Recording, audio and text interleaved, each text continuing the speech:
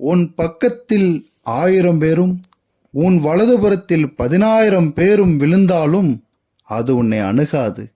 உன் கண்களால் மாத்திரம் நீ அதை பார்த்து துன்மார்க்கருக்கு வரும் பலனை காண்பாய்.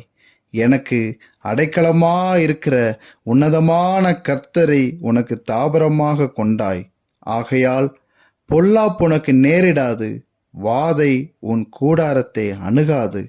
உன் வழிகளில் எல்லாம் உன்னை காக்கும்படி உனக்காக தம்முடைய தூதர்களுக்கு கட்டளையிடுவார். உன் பாதம் கல்லில் இடராதபடிக்கு அவர்கள் உன்னை தங்கள் கைகளில் ஏந்தி கொண்டு போவார்கள். சிங்கத்தின் மேலும் விரியன் பாம்பின் மேலும் நீ நடந்து பால சிங்கத்தையும் வலு சர்ப்பத்தையும் மிதித்து போடுவாய். ஆமேன்.